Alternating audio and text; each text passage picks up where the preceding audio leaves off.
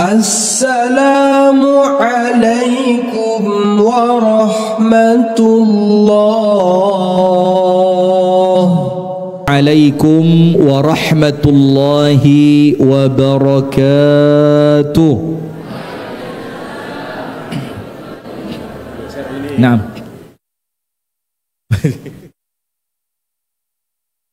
Nggih. Insyaallah biar kalau panjenengan mutu tepak. Setuju ya? Astaghfirullahaladzim. Bismillahirrahmanirrahim. Alhamdulillahi rabbil alamin. Allahumma salli wa sallim ala nabiyyina wa maulana Muhammadin wa ala alihi wa sahbihi ajma'in. A'udzu billahi minasy syaithanir rajim. Ya ayyuhalladzina amanu taqullaha haqqa tuqatih wa la tamutunna illa wa antum muslimun. Ayat ini, Bu. Ya ayyuhalladzina amanu, wahai orang-orang yang beriman, ittaqullaha haqqa tuqatih, bertakwalah kepada Allah dengan sebenar-benarnya takwa. Menurut Abdullah ibnu Mas'ud radhiyallahu anhu, takwa kepada Allah dengan sebenar-benarnya takwa itu mencakup 3 perkara. Nomor 1, an yuta'a fala yu'sa, nurut kepada Allah dan tidak bermaksiat terhadapnya. Itu taat sama Allah. Jadi Allah nyuruh apa? Manut. Allah minta kepada kita seperti apa? Nurut. Allah memberikan petunjuk seperti apa? Ikut. Dan jangan sampai bermaksiat kepada Allah. Itu nomor 1. Taat dan tidak maksiat.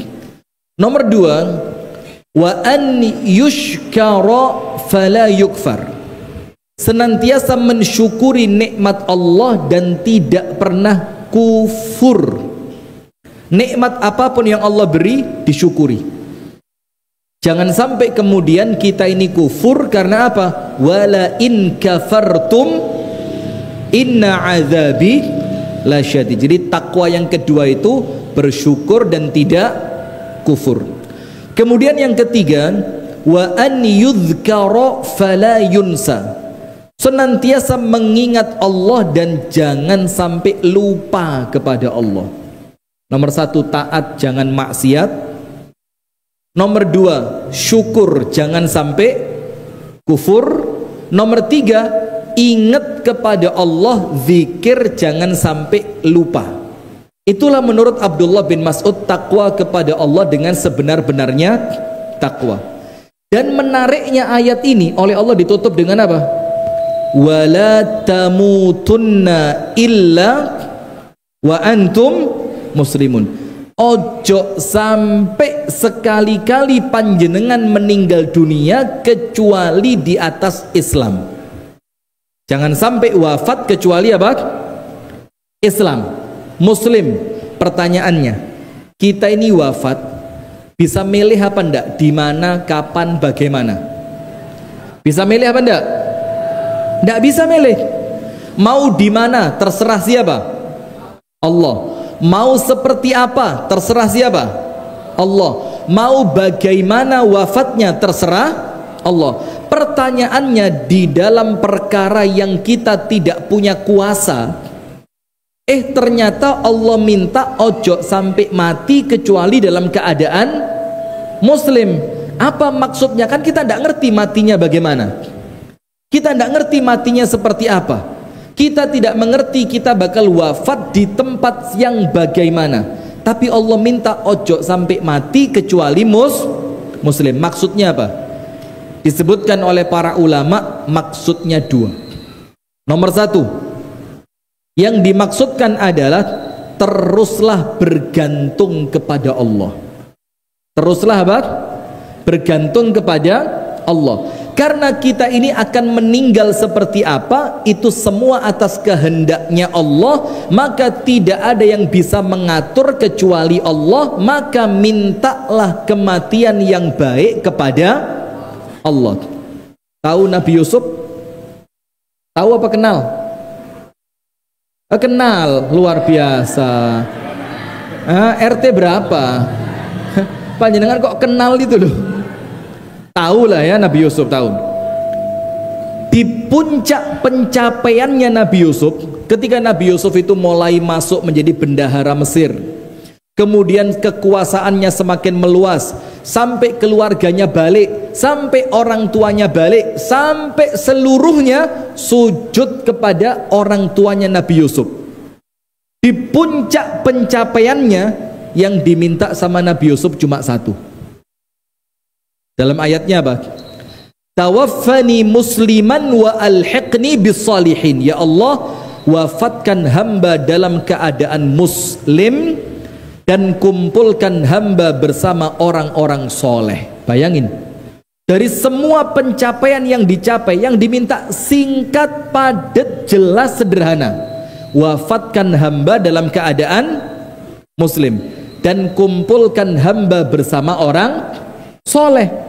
Berarti jamaah sekalian, wafat dalam keadaan muslim ini bukan perkara kecil. Ini perkara besar yang harus diikhtiarkan. Maka nomor satu, menurut para ulama, kalimat wala tamutunna illa wa antum muslimun, itu artinya apa? Teruslah meminta dan berharap kepada Allah agar kelak Allah mewafatkan kita dalam keadaan muslim. Yang kedua apa? Ikhtiar. Disuruh apa? Ikhtiar. Terus kenapa disuruh ikhtiar? Karena disebutkan oleh para ulama, orang itu meninggal sesuai dengan apa? Sesuai dengan apa? Cocok. Kalau biasanya rasan-rasan, Allahumma, oh enggak, bagus ya. Kalau biasanya rasan-rasan, mati ini rasan-rasan. Yo ini umumnya, yo enggak semuanya, tentu ada pengecualian. Kalau senengannya mancing, meninggalnya biasanya pas mancing. Kalau kesukaannya di toko, jama'a ma law wa'addadah, sampai kesuwen idune kayak gelas, maka nanti tidak menutup kemungkinan meninggalnya pas begitu. Atau pas sakaratul maut tangannya begini, dikira anaknya njaluk tasbih, dikai tasbih, moh fulus. Jadi mau mati sambil begini. Nah, maka dengan itu oleh Allah diminta ikhtiar. Ikhtiarlah dengan masjid, ikhtiarlah akrab dengan majelis taklim, ikhtiarlah akrab dengan Al-Quran, ikhtiarlah akrab dengan puasa, dengan sholat, dengan ngaji, yang nanti meninggalnya kita tidak akan jauh dari semua itu. Allahumma amin. Maka wala tamutunna illa wa antum muslimun, janganlah sekali-kali kalian meninggal kecuali dalam keadaan muslim. Maknanya dua. Nomor satu, diminta sama Allah terus berdoa. Diminta sama Allah apa? Terus berdoa.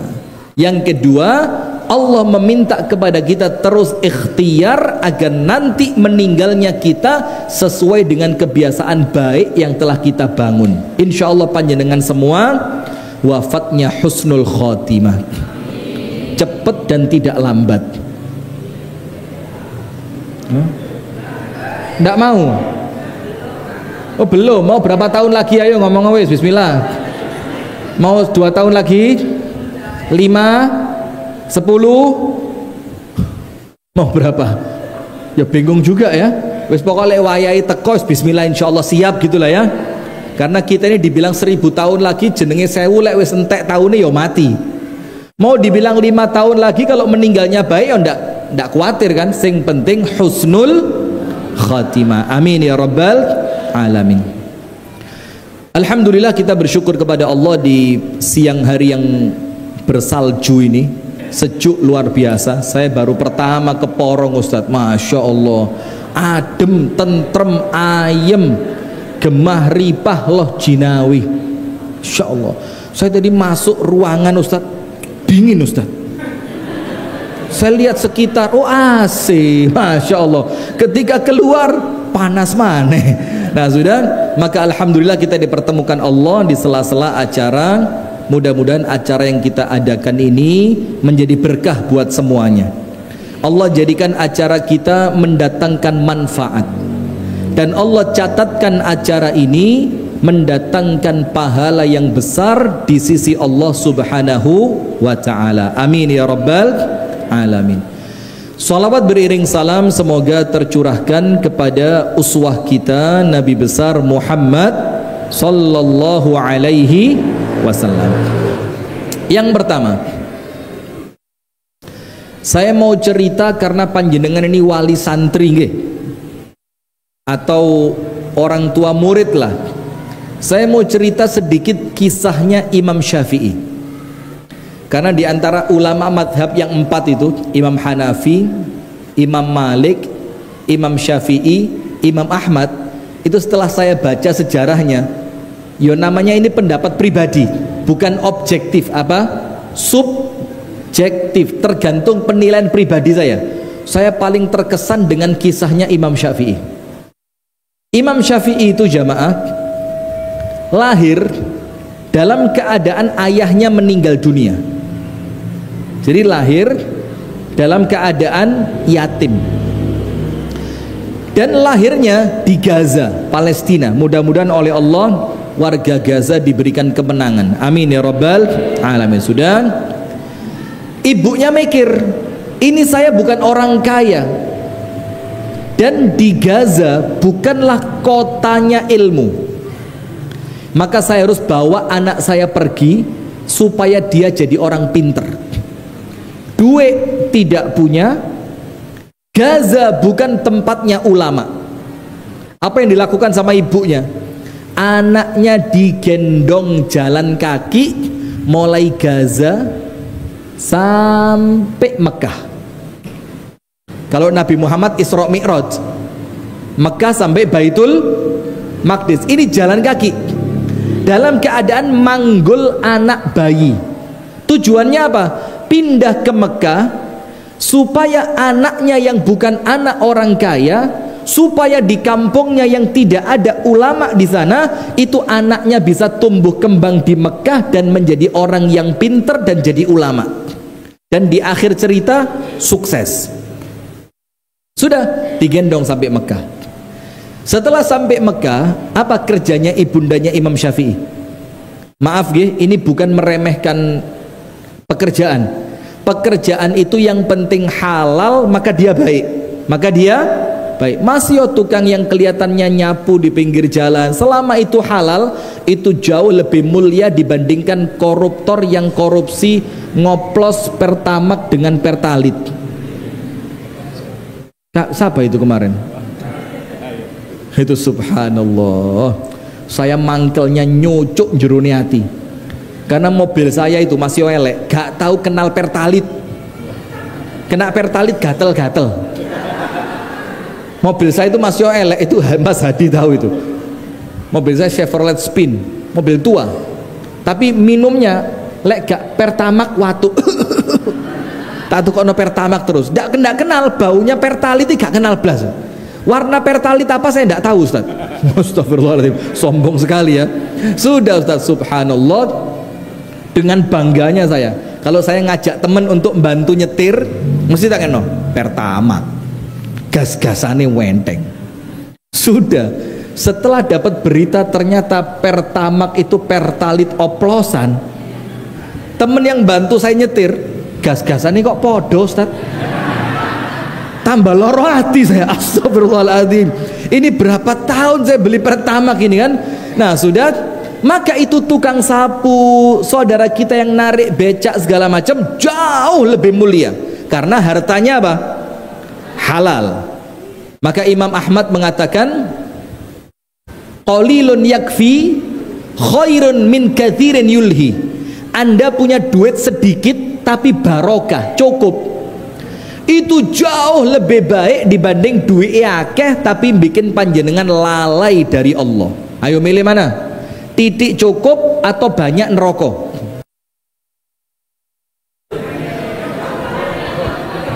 Oh ya perempuan ya kayak bisa digoroi, masya Allah. Lawang pilihannya cuma 2 kok, titik cukup, akeh neraka, milih banyak cukup. Banyak gak cukup bu, ya murka bu. Astagfirullahaladzim. Sudah, maka dibawa sama ibunya Imam Syafi'i sampai Mekah. Ibunya Imam Syafi'i kerjanya apa? Tukang cuci pakaiannya orang Mekah. Maaf ge, dalam tanda kutip buruh cuci. Yang nanti uangnya itu dipakai untuk nyewa rumah, untuk makan sehari-hari. Ketika Imam Syafi'i mulai umur 4 tahun, 5 tahun, 6 tahun, sampai apal Quran di tangan ibunya, sama ibunya Imam Syafi'i itu digendong keliling majelis taklim. Ini Anda buka nanti dalam kitab Manaqib Imam Syafi'i. Digendong. Ini saya cerita ini supaya apa? Ibu dan bapak yang anaknya di pondok gak ngalem. Mangan opo yo? Anakku turun mbek sopo yo? Alah, pret. Nggak usah pakai gitu-gituan. Nanti saya cerita nih, saya mondok di Malang. Saya ini mondok di Ar-Rahmah Malang, Ar-Rahmah Hidayatullah Malang. Itu angkatan pertama. Karpet tidurnya bukan karpet ini. Karpet tidurnya beledukan itu loh. Tangi turu wahing gitu. Subhanallah. Dalam keadaan Malang di zaman itu tahun 96 itu masih dingin. Masih dingin Ustaz. Sekarang serot anu ya, kena pertalite pertama gitu loh. Ya Allah, malah panas Malang. Nah, sudah nanti saya ceritain. Sudah kerjaannya apa? Buruh cuci. Nah, setelah umurnya Imam Syafi'i 6 tahun, didudukkan di majelisnya seorang syekh. Duduk. Terus ibunya tanya, "Syekh, majelis ini selesainya jam berapa?" Nanti sebelum majelisnya selesai, ibunya Imam Syafi'i kembali datang, apa? Digendong Imam Syafi'i pulang, didulang, didudukkan di majelis yang lain lagi. Sampai beberapa tahun seperti itu. Coba, ibu apa bapak ini? Maka jangan kaget lihat ibu-ibu nganter anak sekolah ya bu. Masya Allah, ibu-ibu lagi nyetir motor nganter anak sekolah. Wih, polisi patwal kalah. Wah, ndak pakai sirine, kalah Ustaz. Rating kanan. Kalau kita marahi, bales dimarahi bu. Gak ngerti tak rating kanan. Itu maksudnya sampean juga kanan. Aku kate ngiri. Saya pernah di Pare, perempatan lampu merah depan RSUD Kediri. Mobil saya berhenti, jrek, mandek, jrek. Lampu merah, ditabrak sepeda motor dari sebelah kiri, dari sebelah kanan. Berwak, sepeda motornya jatuh. Saya buka jendelanya, ngamuk, mbek wong wedok ra ngalah. Loh. Saya mikir ngalahi apa mana ini? Tak lihat, oh perempuan, percuma lah, dilawan malah masuk penjara kita pak. Dibilang diskriminatif nanti wis jarno. Jadi kalau perempuan itu naik motor Ustaz, itu serahkan semua urusan kepada Allah Ustaz. Serba tidak pasti. Hanya dia dan Allah yang tahu. Subhanallah. Sudah. Sampai usia Imam Syafi'i mulai sedikit remaja. Setelah remaja bu, Imam Syafi'i itu pulang sekolah dari majelisnya masyayikh tadi, itu mulia nangis. Ibunya marah. Ana ma indi walad yabki, kata ibunya. Saya ini tidak punya anak gembengan kayak kamu. Ditanya sama ibunya, kenapa kamu nangis? Itu anak kecil bilang apa? Gini loh bu, di sebelah sana ada sekolahan bagus, gurunya bagus, pelajarannya bagus, seperti di MBS Porong bu. Ini ceritanya ke Imam Syafi'i, Imam Syafi'i cerita ke ibunya, seperti MBS yang di Porong. Tapi bu, sekolahan itu madrasatun khassatun bi auladil aghnia. Ini sekolahan khusus anake wong sugih-sugih. Karena bayarnya mahal. Coba, ini anaknya nangis kepingin sekolah. Anak kita nangis kepingin mulai sekolah. Coba, baina sama wa sumur ini. Ini mas nangis kepingin sekolah, anak kita nangis gak kerasan di sekolahan. Kenapa? Karena orang tua di rumah dengan anak di pondok itu connect, percaya ndak percaya connect. Ibunya nangis di oma, anaknya keroso di pondok, gak betah. Coba ketika anak di pondok panjenengan ngaji, sholat, poso, tahajud, pengajian. Anak di pondok tenang, ini ndak ya, anaknya di pondok ibunya tiktokan nih. Ya gini. Apa ini? Apa namanya? Itu yang gerakan itu. Velocity, antum tahu Ustaz? Bahaya. Velocity. Ya anaknya bingung di pondok lah ibu yang ini. Apa ini? Gini mau punya anak sekelas Imam Syafi'i. Diguyu sama semut itu guyu apa bu? Velocity lah kok anak kepingin kayak Imam Syafi'i. Sudah. Ketika Imam Syafi'i nangis kepingin sekolah di tempatnya anak orang kaya tadi, apa yang terjadi? Sama ibunya, jangan nangis, berangkat kita sekolah ke sana. Kaget Imam Syafi'i, loh ibuku kan tidak punya uang, kok bisa-bisanya dia ngajak saya untuk sekolah? Ditonton sama ibunya, tek tek tek tek tek. Ternyata bukan ke sekolahan, ternyata ke pasar. Sampai di pasar sama ibunya dibelikan kursi, bangku. Terus Imam Syafi'i disuruh ngangkat, irfa' ya Muhammad. Namanya Muhammad ibnu Idris Asy-Syafi'i. Ayo irfa' ya Muhammad, angkatan, diangkat. Baru berangkat ke sekolahan. Setelah sampai di sekolahannya, Imam Syafi'i disuruh berhenti. Ibunya apa yang dilakukan? Tawaf. Ngerti tawaf? Lah nanti insya Allah ada teman-teman umroh dari TCU itu. Ini Pak, dari Muhammadiyah Kabupaten kota Malang. Jadi travelnya Muhammadiyah Kota Malang. Jadi aman, tidak ada masalah. Sudah tawaf di kelas, di sekolahan tadi, di luar kelas. Ternyata ibunya keliling di luar kelas tadi, tujuannya apa? Nyari di mana tempat dari luar kelas sing suarane guru krungu jelas. Nyari di sebelah sini kedenger, tapi kadang-kadang suaranya hilang, pindah. Sini denger tapi noise, ngerti you know noise? Berisik. Pindah lagi, oh gak kerungu blas. Pindah lagi, ini kadang-kadang jelas, kadang-kadang hilang. Muter beberapa kali sampai alhamdulillah ketemu tempat yang pas. Dipanggil anaknya, ya Muhammad, ta'al, Muhammad sini. Taruh kursimu di sini. Apa kata ibunya? Zakiyun mithluk yata'allam min huna. Anak cerdas model kamu dari luar kelas iso pinter, ndak diurui gembeng. Kalau anak kita sekarang, bu kepingin sekolah nang MBS Porong, larang nak. Kepingin bu, yuk nangis bareng nak. Lemah. Iya Ustaz, ini ndak diajak, kata ibunya, taruh kursimu di sini. Anak cerdas semacam kamu cukup kerungu suarane guru iso pinter. Betul. Dan Anda jangan bayangkan di zaman itu tidak ada bullying. Yo ono ae. Ada. Bullying itu kenapa sekarang kok besar sekali? Gara-gara yang dibully lemah mental. Zaman saya di pondok, lu adus celono hilang kok. Keluar pakai apa? Gayung. Lu apa? Tapi yo biasa. Sekarang digudo didik. Gak kerasa. Orang tuanya nambahi, sopo sing gudo nak? Anak wong iku. Oh, kecuali anak wong iku soge. Liane ae. Ndak bisa. Dikuatkan. Maka sama ibunya, nak, duduk di sini. Anak pinter model kamu dari sini bisa cerdas. Sudah, teman-temannya pulang pergi bawa buku, bawa tas. Imam Syafi'i pulang pergi gendong bangku. Datang bawa bangku, pulang bawa bangku, digudo sama temennya, digudo. Tapi mentalnya apa? Kuat. Subhanallah, suatu hari guru di sekolahannya anak orang kaya tadi tidak masuk, gurunya gak melbu.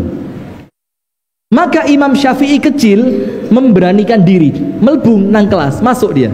Imam Syafi'i bilang apa? Lau tasmahuna li fa'u'allimukumul yaum. Kalau kalian izinkan, dino iki aku sing ngurui. Jenenge anake wong sugih ya, kadang-kadang rodok ya apa? Caroy. Ngajar yo. Biarin. Biar dia ngajar. Nanti kalau dia salah, kita bully bareng-bareng. Sudah, masuklah Imam Syafi'i mulai ngajar. Apa yang terjadi? Temen-temennya kepencut. Kepencut itu bahasa Inggrisnya apa? Bahasa Inggris. Apa bahasa Inggrisnya kepencu itu? Interesting. Kampung Inggris, pari. Panjenengan porong, beda. Ya. Ini teman-temannya apa? Tertarik. Loh, kok enak kalau ngajar? Sudah, ketika anak-anaknya orang kaya ini pulang, lapor ke bapak mereka, Pak, kami sudah dapat guru yang luwe enak, luwe pinter, luwe keren. Guru yang lama dipecat aja, Pak. Duh, bapaknya kaget. Oh, apa? Kami ketemu guru, temen kami sendiri, enak, pinter, keren. Bapaknya penasaran, besok bapaknya ikut sekolah. Imam Syafi'i disuruh ngajar. Ternyata bapaknya cocok. Oh, memang anak ini apa? Pinter. Akhirnya disetujui. Mulai hari itu Imam Syafi'i jadi guru di sekolahannya anak-anaknya orang kaya. Duitnya akeh. Ibunya berhenti kerja, dibiayai oleh Imam Syafi'i. Subhanallah, lihat ini. Mentalnya anak kuat karena ibunya apa? Kuat.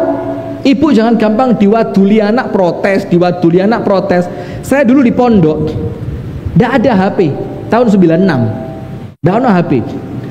Kalau telepon itu lewat teleponnya kantor, telepon yang gagangnya kayak gedang itu loh.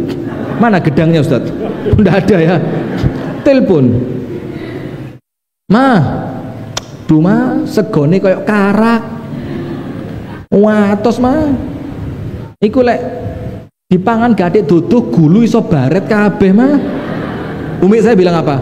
Oh, wis nak, jenenge pondo, alhamdulillah wis menit tak kirimi. Nah coba, sudah besoknya umi saya datang bawa beras, bawa sayur, segala macam dimasak lah.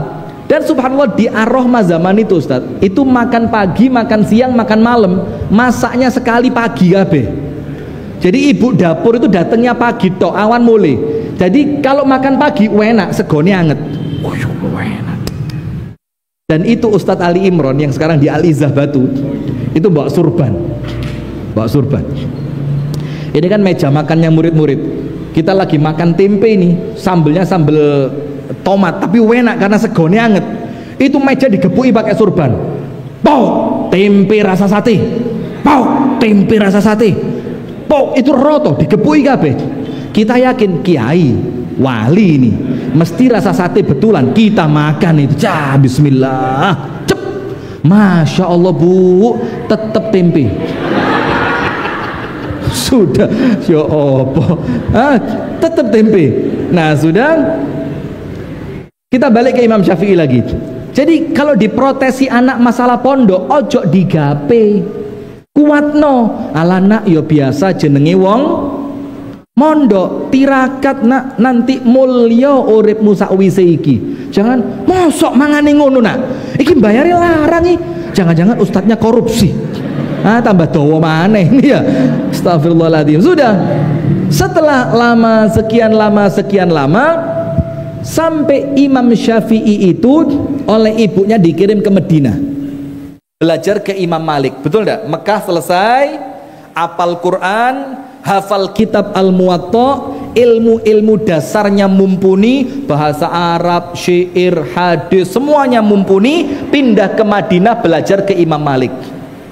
Dan ini ceritanya bukan dongeng, tenanan betul begitu. Anda buka literaturnya ketemu. Sampai di majelisnya Imam Malik gak dipercaya. Siapa anak kecil ini? Jadi majelisnya Imam Malik itu jamaah, tidak semua orang boleh datang. Imam Malik itu menerima kibar tullabil ilm, penuntut ilmu yang besar-besar. Besar bukan badannya loh ya bu, jangan tersinggung. Besar itu apa? Memang penuntut ilmu yang ilmunya sudah bagus. Itu baru boleh ngaji sama Imam Malik. Ketika di majelisnya ditolak, Imam Syafi'i tidak putus asa. Diparani nang omah Imam Malik.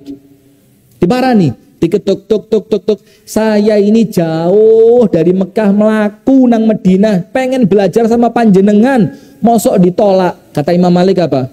La naqbal sighar ahli ilm. Kami tidak menerima murid-murid kecil.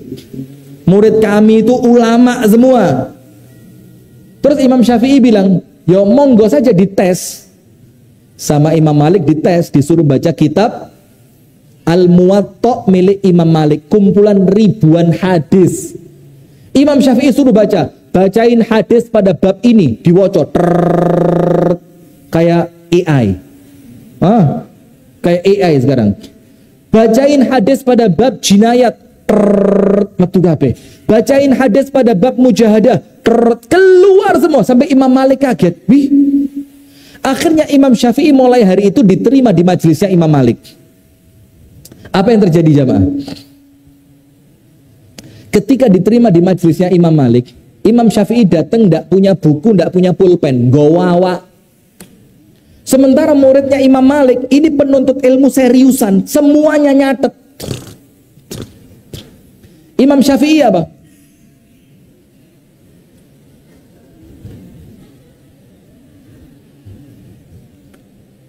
Kata muridnya Imam Malik, ya Imam, hadza talibukal jadid yastahzi'u bil ilm. Wahai Imam, ini murid baru ini menghina ilmu ini. Yang lain nyatet kok dia.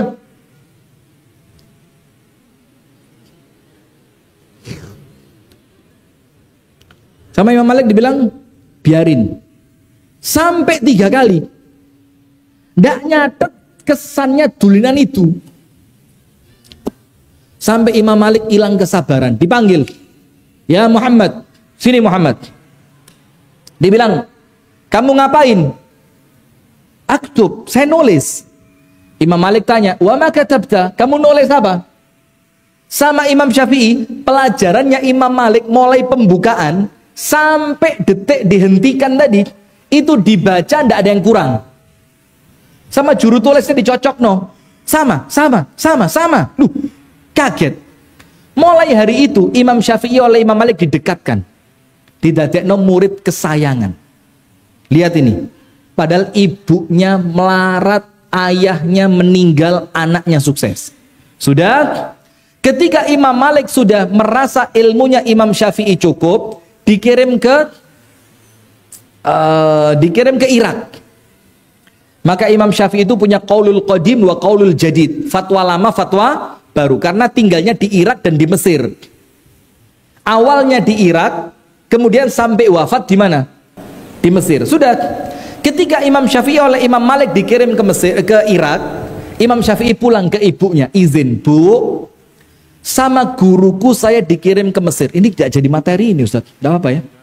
Yang penting kan ini orang tua murid ini kita godok sekarang Ustaz, mulai mateng-mateng, tidak usah khawatir. Sudah, saya sama guru saya dikirim kemana? Ke Irak. Kata ibunya Imam Syafi'i apa? Berangkat tonak. Tak kasih satu nasihat. Ndak kakean. Apa nasihatnya? Ya bunayya, la liqa'a ba'dal yaum. Nak, ojo bingung ketemu ibumu setelah hari ini. Jangan bingung. Al-liqa'u liqa'ul akhirati. Nanti kalaupun kita ketemu nak, mudah-mudahan kita ketemunya di surga nak, kata ibunya. Supaya apa? Anaknya gak kepikiran, karena ini Irak, bukan tempat yang dekat, tempat jauh. Itu kata ibunya apa? Nah, ojo mikir bingung ketemu, bingung mulai. Mudah-mudahan kalaupun kita masih ketemu, kita ketemunya nanti di surga. Subhanallah. Terus ibunya bilang apa? Dipegang Imam Syafi'i sama ibunya. Nah, wala tarji' illa bil ilm. Kalau kamu pulang belajar nak, jangan pulang membawa apapun kecuali ilmu. Apa kata ibunya? Jangan pulang membawa apapun kecuali yang kamu bawa adalah ilmu. Sudah, berangkat Imam Syafi'i ke Irak. Setahun, 6 tahun, 10 tahun, 12 tahun, sampai datang jamaah haji Irak ke Mekah. Jamaah haji Irak itu bikin halaqah, bikin majelis taklim. Setiap mereka bikin majelis taklim, ngomongnya apa? Qala imamuna wa muallimuna wa ustaduna Muhammad ibnu Idris Asy-Syafi'i Al-Ghazi Al-Makki. Guru kami mengatakan, yang namanya Muhammad ibnu Idris Asy-Syafi'i, orang Gaza, orang Mekah. Karena lahir di Gaza, tinggal di Mekah, maka Ghazi Makki. Ibunya dengar, loh, kok sing disebut kayak nama anakku. Bu, jangan tegang-tegang, Bu, saya katut loh, Bu. Ya Ustaz, tawagang semua Ustaz, takut saya Ustaz. Nah, kok kayak nama anak saya, tapi ibunya ndak yakin, dibiarin. Sudah, majelis taklim hari berikutnya didirikan lagi sama orang Irak tadi, ngomong lagi, qala imamuna wa ustadzuna wa muallimuna Muhammad ibnu Idris Asy-Syafi'i Al-Ghazi Al-Makki. Ini anakku, kata ibunya. Datanglah ibunya ke majelis taklimnya orang Irak tadi, ditanya, man muallimukum? Itu yang ngajar kalian siapa? Dibilang, oh, ustadzuna, guru kami. Fakhruna, kebanggaan kami. Siapa namanya? Muhammad ibnu Idris Asy-Syafi'i Al-Ghazi Al-Makki. Kata ibunya, jelaskan tentang dia kepada saya. Diceritain teng. Apa kata ibunya? Hadza waladi. Ini yang kamu ceritain anak saya. Orang Irak itu langsung takzim sama ibunya Imam Syafi'i. Coba lihat. Jadi orang itu kalau berilmu, yang mulia bukan cuma dia, ibunya ikut mulia, bapaknya ikut mulia. Sudah dimuliakan. Ketika rombongan Irak ini mau pulang, ibunya Imam Syafi'i titip pesan, ngomong sama anak saya, cari ilmunya sudah cukup. Bilang sama ibunya dia disuruh pulang. Sudah, berangkat rombongan Irak. Sampai di Irak, mereka cari Imam Syafi'i. Dibilang, ya imamuna, ya imamana, iltaqaina bi ummika, kami ketemu ibumu. Masya Allah, kami hormat, kami muliakan, kami sayangi dia. Dan ketika kami pulang, dia minta satu pesan untuk kamu. Apa itu? Kamu disuruh pulang. Sudah, detik itu juga Imam Syafi'i mengumumkan di pengajiannya, ini pengajian bulan terakhir. Bulan depan saya mau pulang ke rumah ibu saya di Mekah. Namanya orang Irak, dan Irak di zaman itu, Bu, pusat pemerintahan. Namanya Basrah, ya enggak? Itu pusat pemerintahan. Akhirnya apa? Murid-muridnya urunan. Ada yang ngasih unta 10, ada yang ngasih emas, ada yang ngasih kain sutra, ada yang ngasih kuda, ada yang ngasih kambing, full. Sampai bulan depan ketika Imam Syafi'i mau pulang, Imam Syafi'i ngajak sebagian muridnya untuk mendampingi. Dan panjenengan tahu yang dibawa? Itu yang dibawa Imam Syafi'i seperti kafilah dagang. Untanya banyak, kudanya banyak, kambingnya banyak, kain, emas, permata, lengkap. Seperti kafilah dagang. Setelah sampai di pintu gerbang kota Mekah, Imam Syafi'i ngutus muridnya. Kamu cari rumah ibu saya. Bilang anaknya datang, lihat adab ini. Nah seperti anak sekarang, datang ibunya dikageti, ibunya kora-kora. Prank. Astagfirullahaladzim. Bikin konten. Budak viewer.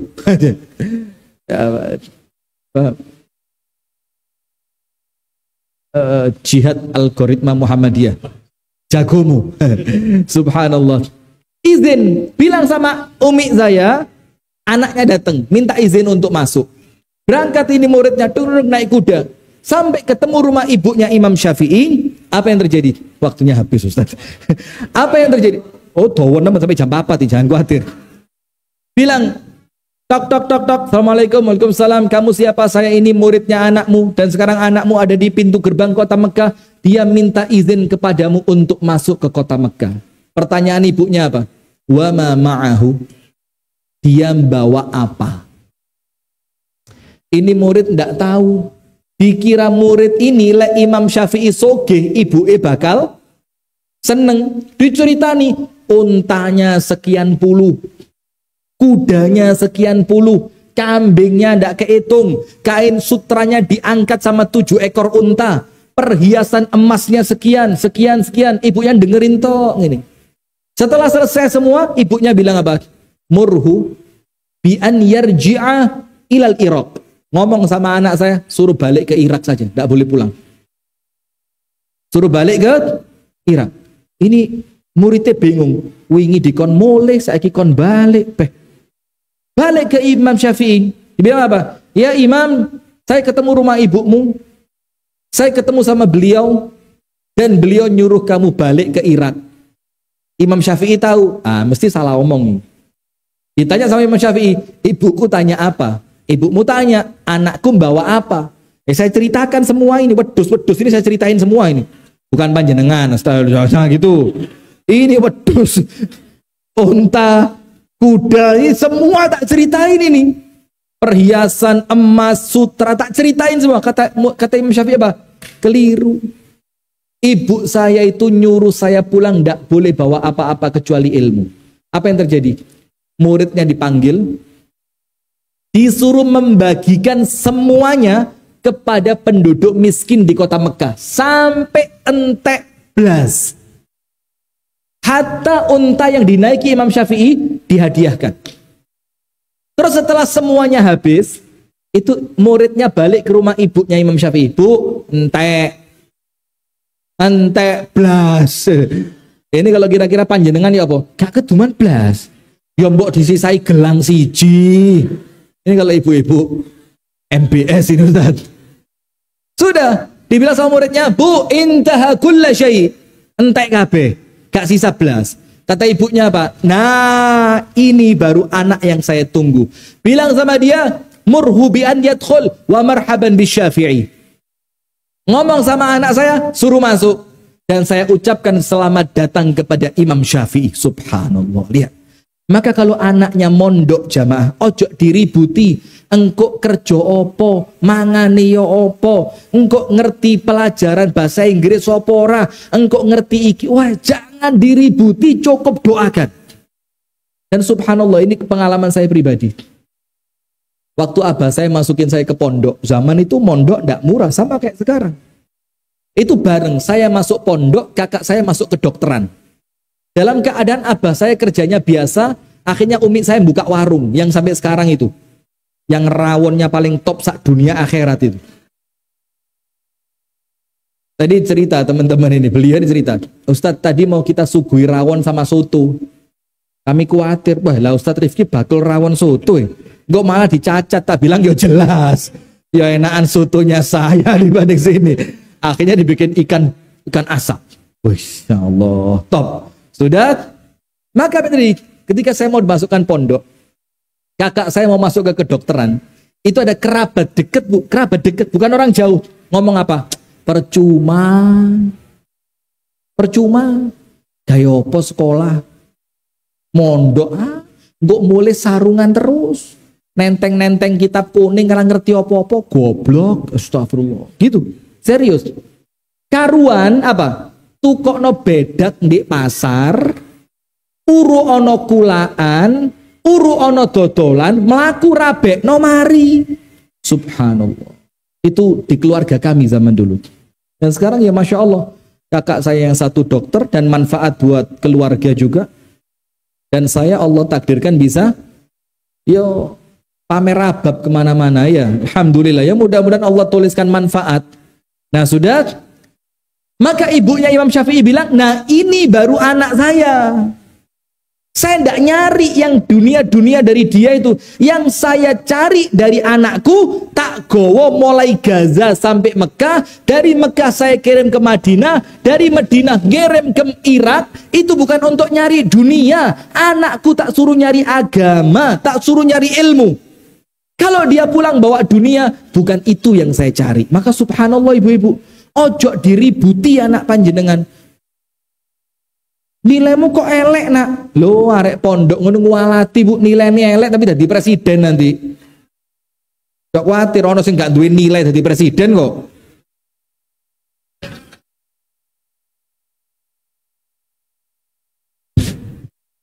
Saya lupa kalau live. Tahu kan? Gak punya nilai jadi presiden? Apa?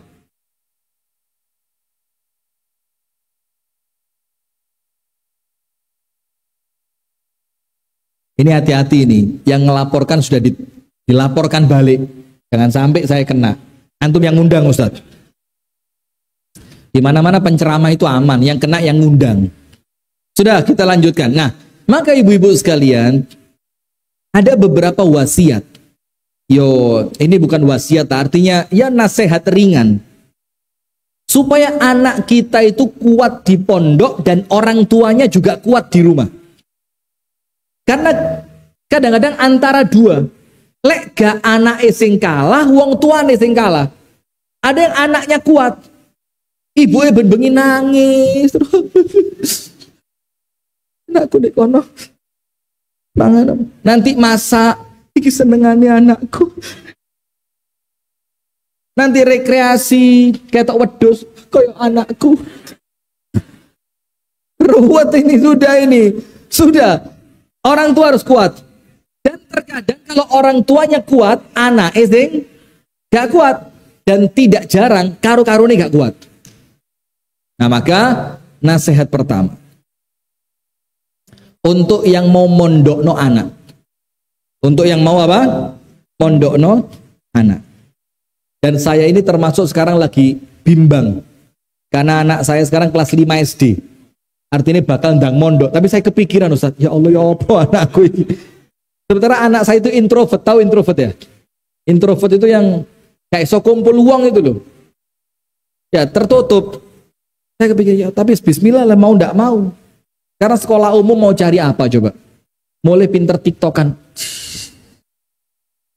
Pinter rokokan, pinter pacaran, ya bukan kita menghina ya, tapi kemudian yang kita lihat keumumannya seperti itu. Tentu bukan semuanya ya.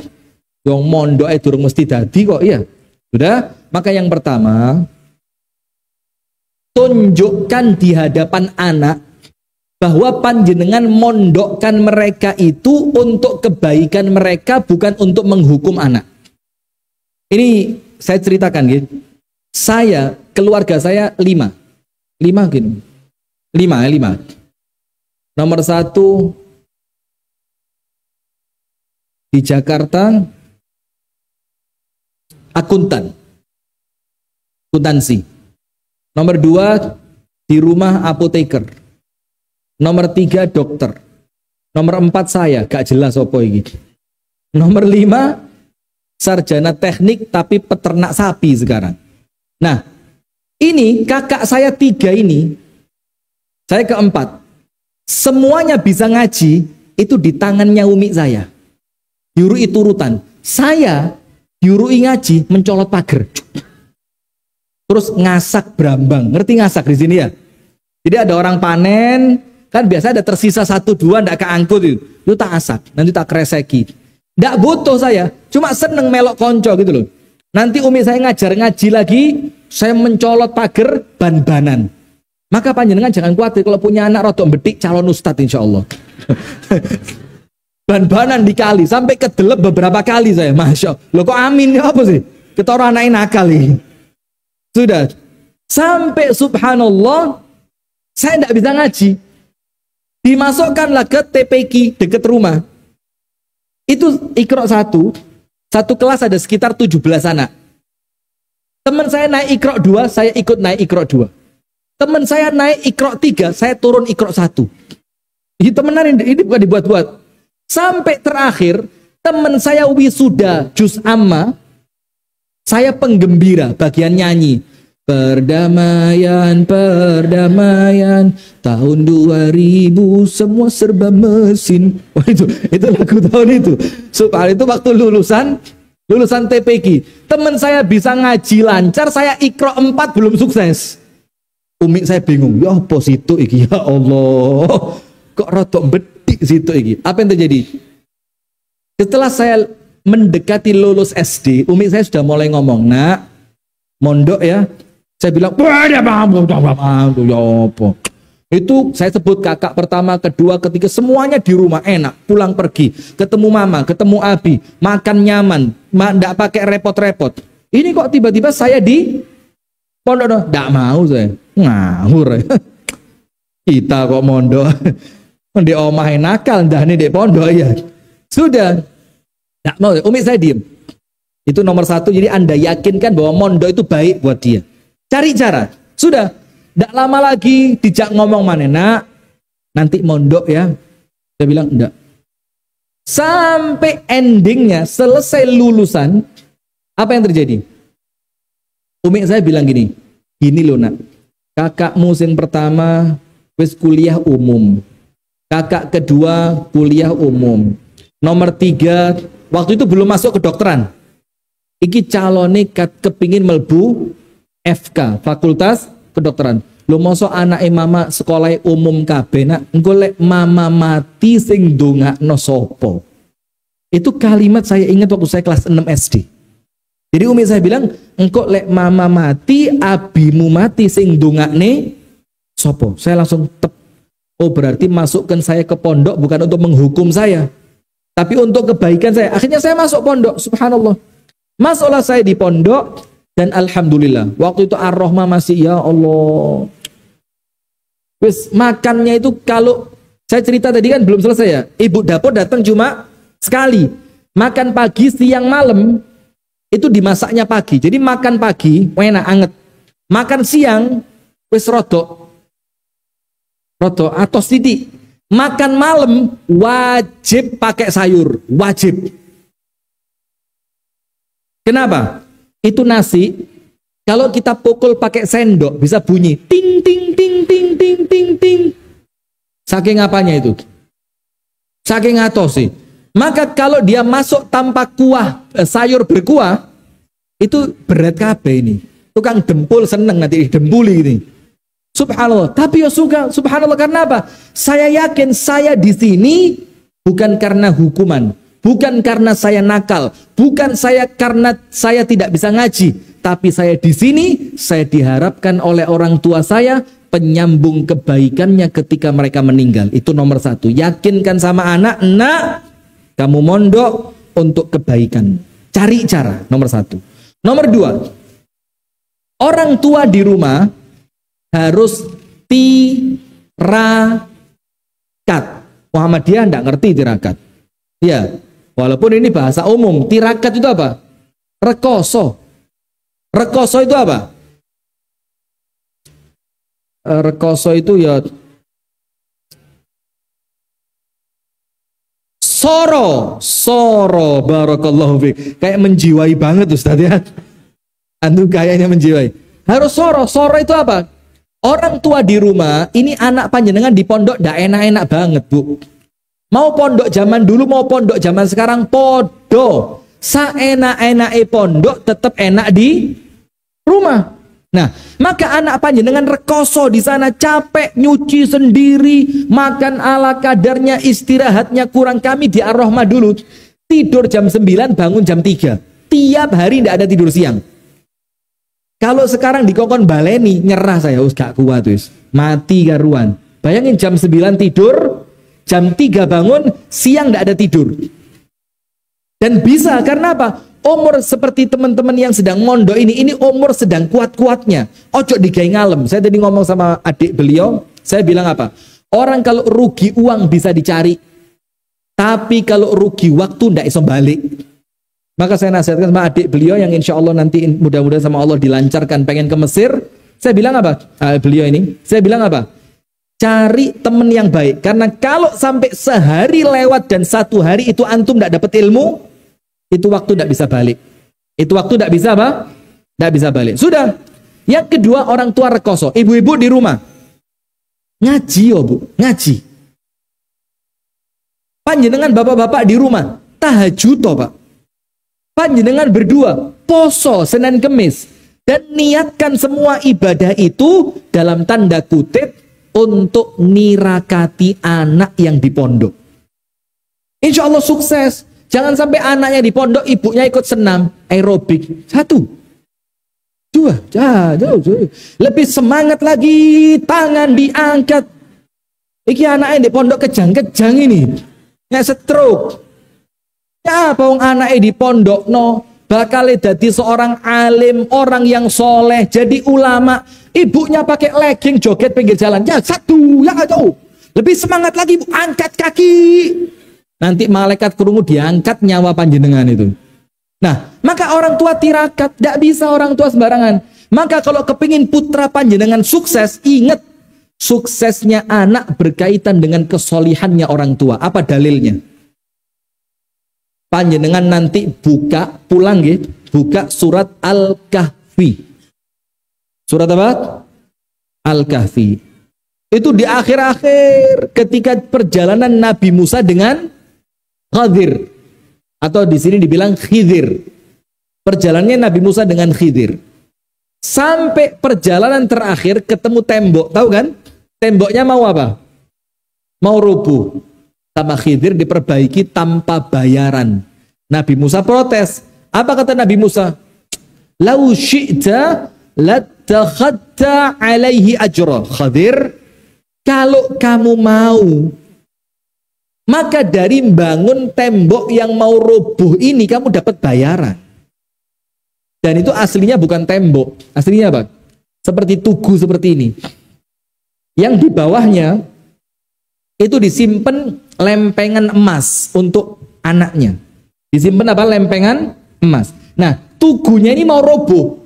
Kalau tugunya roboh, nanti emas di bawahnya bakal apa?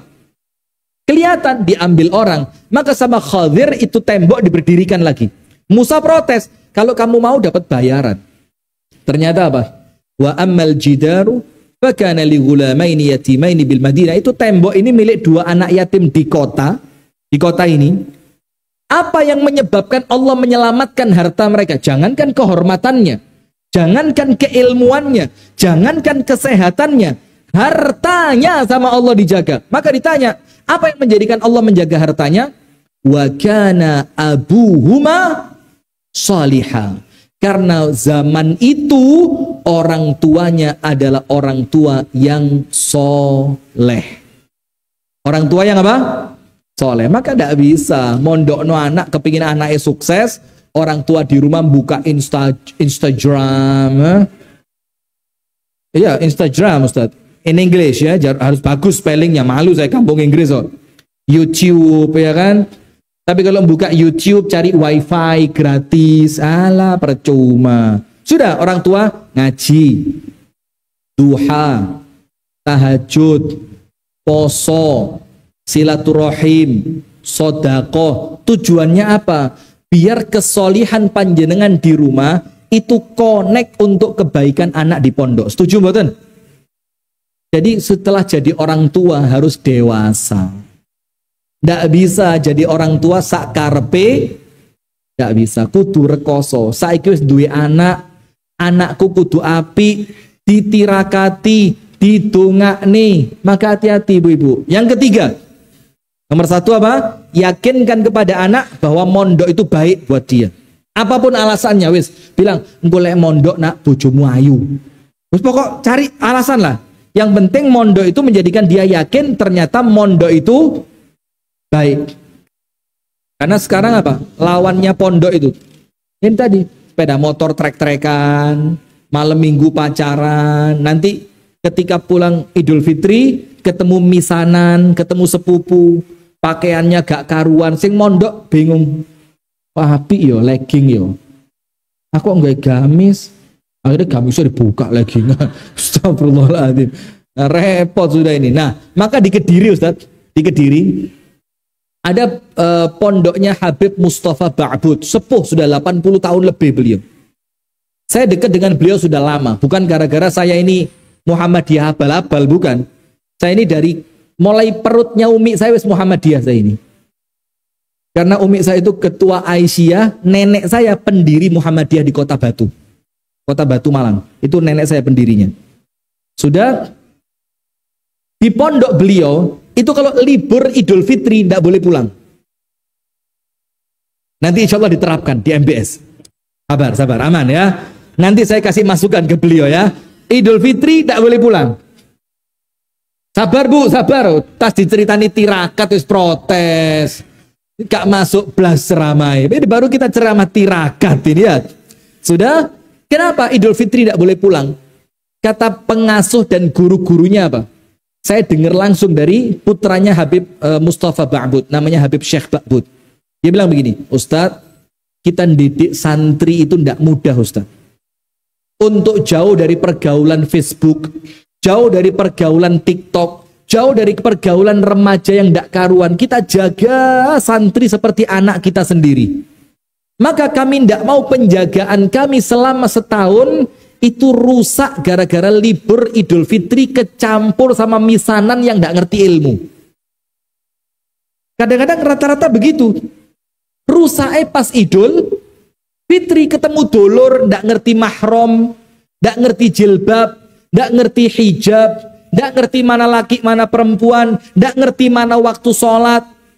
Akhirnya rusak, setahun di pondok rusak dengan 2 minggu. Maka di sana liburnya setelah sekolahan yang lain masuk baru libur. Setuju nggih? Gak masuk dirakatin, gak masuk ini. Setuju? Panjenengan kerso anaknya sukses napa gagal? Berarti setuju apa ndak? Loh, le enteng ya ndak ono hasile, Bu. Justru karena abot itu hasilnya gede. Orang nimbo, panjenengan nate nimbo. Nimbo itu le enteng, gak ono isine. Iya apa ndak? Nimbo itu le abot, isine kebek. Panjenengan mau enteng napa abot? Enteng isi kebek ora ono. Ini mesti kalau bikin pilihan saya aneh-aneh ini. Sudah. Maka yang ketiga, jamaah sekalian dirahmati oleh Allah Subhanahu wa taala, itu apa tadi? Nomor 1, yakinkan mondok baik. Nomor 2, orang tua harus tirakat. Nomor 3, perhatikan jamaah. Jangan sampai anak panjenengan itu terpengaruh oleh lingkungan. Jangan sampai terpengaruh. Nah maka khawatirnya apa? Enak-enak mondok nanti balik gak kerasan gara-gara Idul Fitri rusak. Ketemu temennya punya Instagram, Don, Instagramku di follow Pevita Pierce. Saya juga tidak tahu. Lihat Instagram saya di like oleh Pak Prabowo. Lihat ini foto saya di like sama gadis kampung sebelah. Akhirnya kepikiran saya di pondok. Nah maka itu yang ketiga, jangan sampai mereka rusak ketika apa? Idul Fitri. Terakhir, ini untuk santrinya sekarang. Begini, ada pepatah Arab biasa digontor apalan mahfudhot banyak. Disebutkan dalam pepatah itu, lan yajidas sa'ada man lazimal wisada. Tidak akan menjadi pemimpin wong sing senengane turu. Tidak akan jadi pemimpin orang yang hobinya apa? Tidur. Lazimal wisada itu bahasa kerennya pelor. Apa pelor? Nempel molor. Nempel molor, nempel molor. Tidak akan sukses. Maka untuk santri-santri ini saya nasihati apa? Manjadda wajada. Kalau bersungguh-sungguh mesti dapat hasil. Dan orang itu ketika dia berikhtiar, itu pasti ikhtiarnya mendapatkan imbalan dari Allah. Dalilnya banyak. Nomor 1, hal jazaul ihsani illal ihsan. Bukankah balasan suatu kebaikan adalah kebaikan yang serupa? Kemudian dalam ayat yang lain, faman ya'mal mithqala dzarratin khairan yarah. Orang melakukan kebaikan sekecil apapun mesti ada balasannya.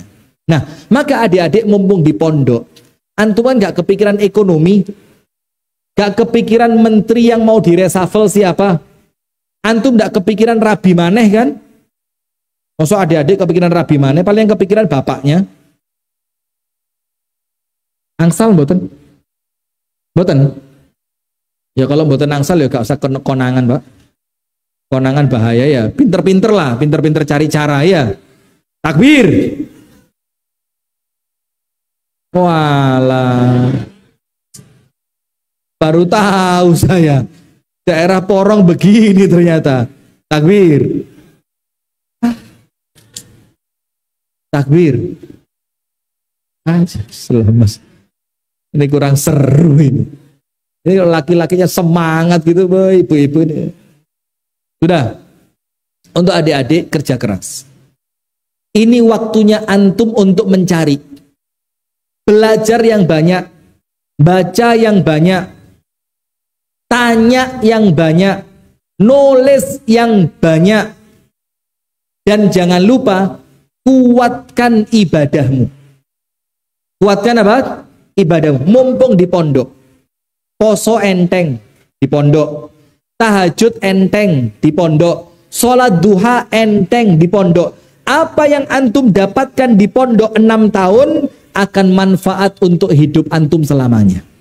Maka mumpung di pondok, kerja keras, ojo ngaleman. Kenapa ndak masuk sekolah? Sakit Ustadz. Sakit apa? Panu. Panu gak sekolah. Saya cerita tadi sama antum di ruangan tadi, waktu saya masih di Jakarta dulu, saya itu ikut kajian mulazamah sama salah satu ustadz besar di Jakarta. Saya tidak nyebut namanya ya. Sudah, saking istiqomahnya saya, itu kalau saya tidak datang sampai konangan, dicari mana Rifki gitu. Terus ketika besok saya datang, itu ditanya, dari mana kemarin tidak kelihatan? Saya bilang, pilek Ustadz. Hah? Pilek? Tidak ngaji. Ulama zaman dulu kencing darah tetap ngaji. Waduh, bener banget ya. Nah maka itu adik-adik, jangan ngalem. Sakit lawan. Dan antum nanti akan lihat, teman-teman antum yang sukses mesti waktu di pondok kerja keras. Maka jangan ngaleman. Nah maka 3 wasiat untuk orang tua, 1 wasiat untuk anak. Untuk orang tua, nomor 1, yakinkan kepada anak bahwa mondok itu baik, kudu gua anak. Zaman saya mondok antara 2, lek gak bodoh nakal. Itu tempatnya pondok wis. Lek gak bodoh nakal. Alhamdulillah saya ndak kebagian bodohnya. Saya kebagian nakali tadi. Nomor 1. Nomor 2, orang tua harus tirakat, soleh, ngaji, poso, tahajud, sholat duha, sodako. Karena kesolihan orang tua berpengaruh pada kebaikan anak di pondok. Yang ketiga, ikhtiarkan ketika liburan tidak terpengaruh oleh lingkungan. Dan untuk adik-adik, ingat dek, pondok itu bukan penjara. Sing kuat, kerja keras. Nanti di antara saudara antum yang mondok pasti mereka iri. Kene opo biyen kudu aku sing mondok. Nah saya rasa pas ya, kultum kuliah 7 menit. Mudah-mudahan yang 7 menit ini ada manfaatnya. Jadi menyimpang dari materi Ustaz ya. Mohon maaf Ustaz ya, karena tadi ceritanya kan supaya wali santri kuat, murid juga istiqomah. Maka saya ceramahkan ini tadi, mudah-mudahan bisa mendatangkan manfaat. Amin ya rabbal alamin. Assalamualaikum warahmatullahi wabarakatuh. Terima kasih waktu yang diberikan. Saya mau menanyakan tentang bagaimana triknya menjadi seorang ibu seperti ibunya Imam Syafi'i yang kuat dengan tujuan yang baik. Sekian, terima kasih. Baik, ini pertanyaan yo roto angel dijawab. Bukan angel jawab, angel ngelakoni ini. Kalau panjenengan cuma pengen tahu ibunya Imam Syafi'i seperti apa, itu panjenengan buka buku ketemu. Ada 1 ciri khas dari ibunya Imam Syafi'i. Quwwatuha bis-shaumi. Ibunya Imam Syafi'i itu tirakatnya puasa. Gak tahu mandek poso. Itu ibunya Imam Syafi'i. Jadi kalau dijawab secara umum, bagaimana bisa kuat seperti ibunya Imam Syafi'i? Motor penggeraknya, generatornya itu ibadah. Quwwatu at-ta'alluqi billah, kekuatan keterkaitannya dengan Allah. Sama Allah ikatannya deket, ikatannya kuat, hablum minallahnya bagus, sehingga orientasi hidupnya akhirat. Sehingga ibu tidak sibuk. Saya kasih 2 cerita Bu. Cerita pertama, ibunya Imam Sufyan Ats-Tsauri. Gini Sufyan Ats-Tsauri, Anda buka Google, siapa itu Sufyan Ats-Tsauri? Itu ibunya apa? Tukang jahit. Melarat, tidak punya duit. Jahit sekali buat makan seminggu, jahit sekali buat makan lagi, jahit. Sudah, ketika Sufyan Ats-Tsauri masuk umur 6 tahun, ibunya bilang apa? Ya bunai, ukhruj utlubil ilm wa ana akfika bimighzali. Nah, metu. Ndak boleh anak umur 6 tahun di rumah, ndak boleh. Coba. Terus keluar untuk apa? Kata ibunya, carilah ilmu. Anaknya mikir, panjenengan kan bukan orang kaya. Sementara cari ilmu perlu uang yang banyak. Kata ibunya, ojo khawatir. Saya akfika, mencukupi dirimu bimighzali, dengan hasil jahitanku. Bayangin, tukang jahit gak tahu salin. Uangnya kemana? Untuk sekolah anaknya. Kuat mental. Kenapa? Keterkaitan hubungannya dengan Allah dan ibadahnya bagus. Nomor 2, ibunya Imam Bukhari. Ibunya Imam Bukhari. Panjenengan tahu Imam Bukhari itu lahir meripate mboten saged ningali, buta. Kalau buta sampai wafat, kita tidak bisa baca Sahih Bukhari, tidak bisa kebaca sama kita. Bagaimana ceritanya kok sampai yang awalnya Allah takdirkan buta bisa kembali melihat? Apa kuncinya? Ibunya tidak pernah putus sholat tahajud. Tuhron am haidon, baik dalam keadaan suci ataupun dalam keadaan haid. Ustadz, ya apa? Kok tahajud dalam keadaan haid? Maksudnya apa ini? Maksudnya apa kok? Begini, kalau sedang suci, misalkan bangunnya jam 2 malam untuk sholat tahajud. Rutin jam 2 malam tahajud. Pas haid, ndak prei.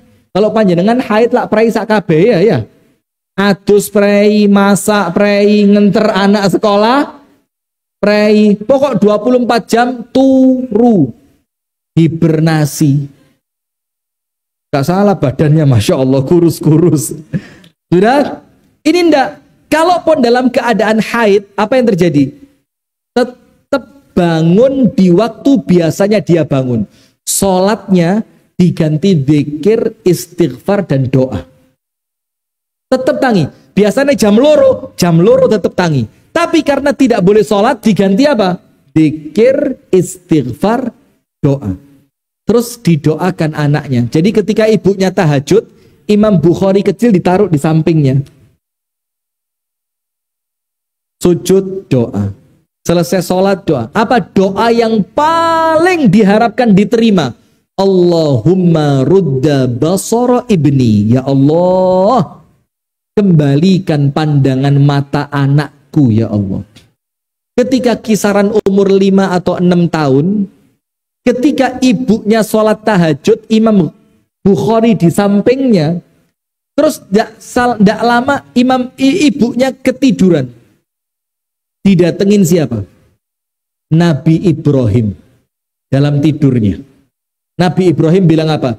Istaiqidhi ya umma fa innallaha qad radda basara ibnik. Bu, bangun bu. Kenapa? Allah telah mengembalikan pandangan mata anakmu. Bangun ibunya, sadar ndak sadar, percaya ndak percaya.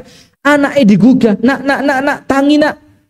Ketika anaknya melek, apa yang terjadi? Ibunya mau nyulek mata anaknya. Karena kalau dia tidak bisa melihat, ndak mungkin refleks. Ternyata betul, mau diculek anaknya langsung cek, refleks. Langsung sujud syukur ibunya. Karena apa? Ibadah. Ibunya Imam Syafi'i rajin puasa, ibunya Imam Bukhari rajin tahajud, ibunya santri MBS.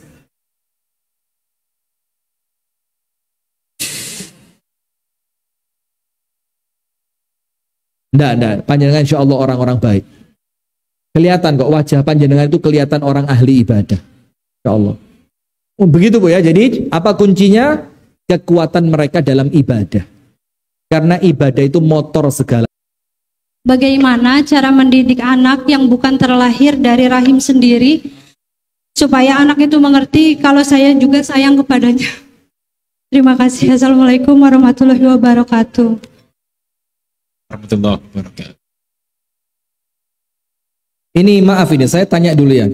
Itu anak ngambil adopsi atau anak bawaan suami?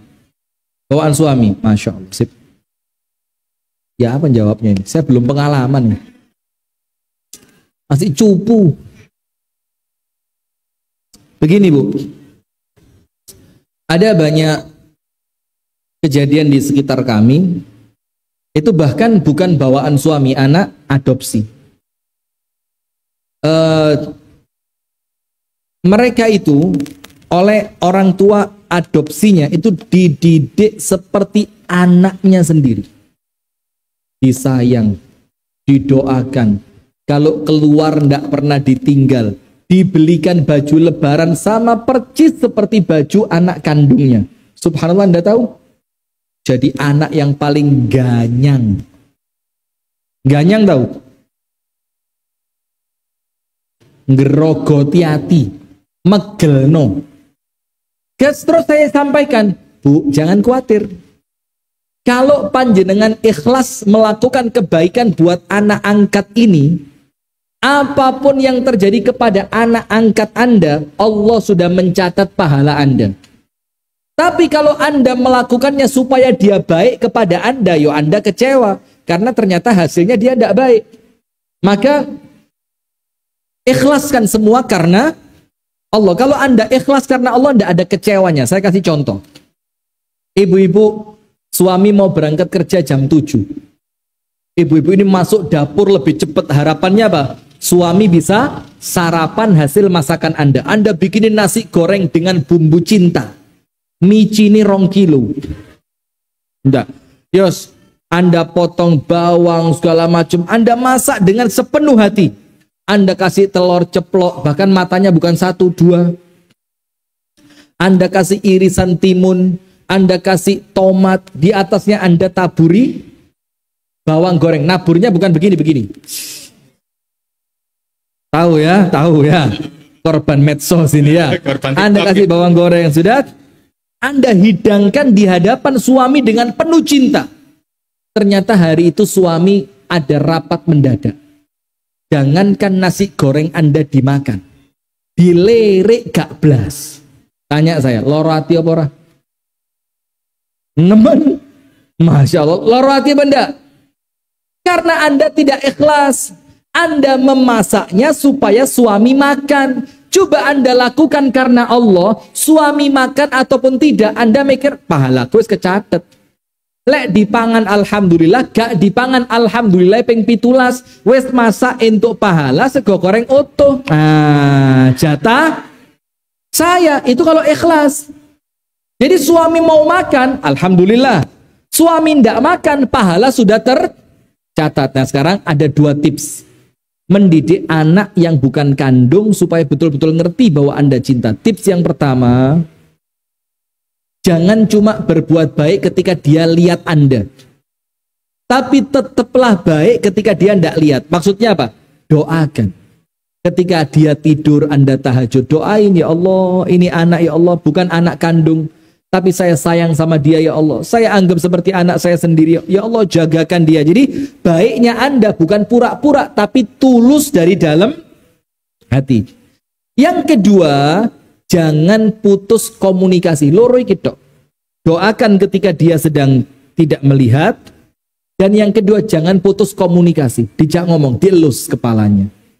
Sekali-sekali pas ngelus itu dingenek no didik. Yonda ya, dielus. Diajak ngomong dari hati ke hati. Namanya anak, kadang-kadang connect, kadang-kadang disconnect, ndak connect. Namanya anak, ndak apa-apa. Usia berapa? Di sini diajak ngobrol, didatengin, bawain makanan. Nanti kalau pas pulang coba dijemput. Diajak ngobrol dari hati ke hati. 2, doakan ketika dia sedang tidak melihat, dia tidur. Dan yang kedua, ngobrol dari hati ke hati. Kalaupun tetap belum Allah takdirkan sukses, jangan kecil hati. Kebaikan Anda sudah tercatat. Barakallahu fiik. Wallahu ta'ala a'lam bissawab. Saya rasa cukup Ustaz ya.